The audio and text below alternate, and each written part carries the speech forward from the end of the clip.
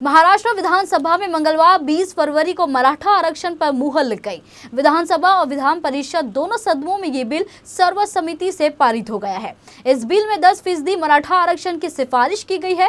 इससे मराठा समुदाय को शिक्षा और नौकरियों में रिजर्वेशन का लाभ मिलेगा। हालांकि मराठा समुदाय को कोई राजनीतिक आरक्षण नहीं दिया गया है। इसका मतलब है कि किसी भी चुनाव में मराठा समुदाय के लिए सीटें आरक्षित नहीं होगी। वही बिल पास होने के बाद सीएम एकनाथ शिंदे ने कहा कि जो हमने बोला था वो किया। हमने कोई राजनीतिक लाभ के लिए फैसला नहीं लिया है।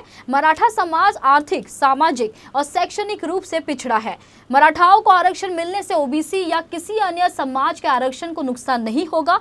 बिल के ड्राफ्ट के मुताबिक सरकार ने मराठा समुदाय को 10% हिस्सेदारी दी है।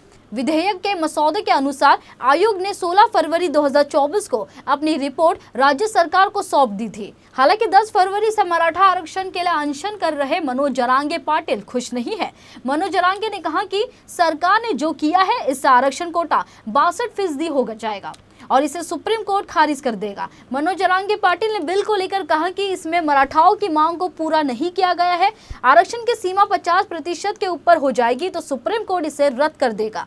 उनके मुताबिक मराठाओं को ऐसा आरक्षण चाहिए जो ओबीसी कोटे से हो और 50% के नीचे रहे। जरांगे ने यह भी कहा कि सरकार आंदोलनकारियों को मूर्ख न बनाए। अगर ओबीसी कोटे से मराठाओं को आरक्षण नहीं मिला तो आंदोलन और तेज किया जाएगा। दरअसल मराठा आरक्षण बिल पारित होने से मराठाओं को शिक्षा और सरकारी नौकरियों में 10% आरक्षण मिलेगा। राज्य में 52% आरक्षण पहले से है। ऐसे में 10% मराठा आरक्षण जुड़ने से रिजर्वेशन लिमिट 62% हो जाएगी। माना जा रहा है कि रिजर्वेशन कोटा 50% से ज्यादा होने से इस बिल को कानूनी चुनौतियों का सामना करना पड़ेगा। आपको बता दें कि सुप्रीम कोर्ट ने मई 2021 में मराठा समुदाय को अलग से आरक्षण देने के फैसले को रद्द कर दिया था, क्योंकि रिजर्वेशन लिमिट 50% से ऊपर हो गई थी। लेकिन देखना ये होगा कि इस बार क्या होता है।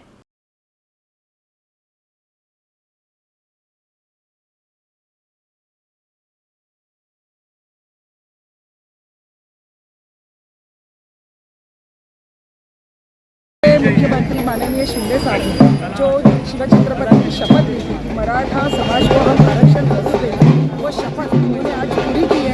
आज महाराष्ट्र के विधान भवन में मराठा आरक्षण एक मत से पास हुआ।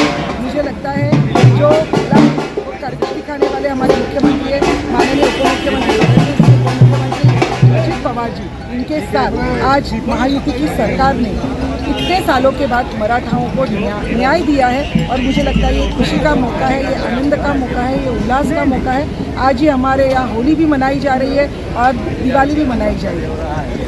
देखिए, हमारा जो जरांगे पाटिल है उनका कहना है कि सगे सोए यानी सगे संबंधी इनका उसमें नाम होना चाहिए। लेकिन माननीय मुख्यमंत्री साहब ने ये पूरी तरह से आज उनके भाषण में बताया है कि इसके ऊपर 6 लाख के ऊपर ऑब्जेक्शन और सजेशन आए हैं, तो इसकी स्क्रूटिनी होगी और उसके बाद उसके बारे में इस शब्द के बारे में क्या करना है वो गवर्नमेंट सोचेगा।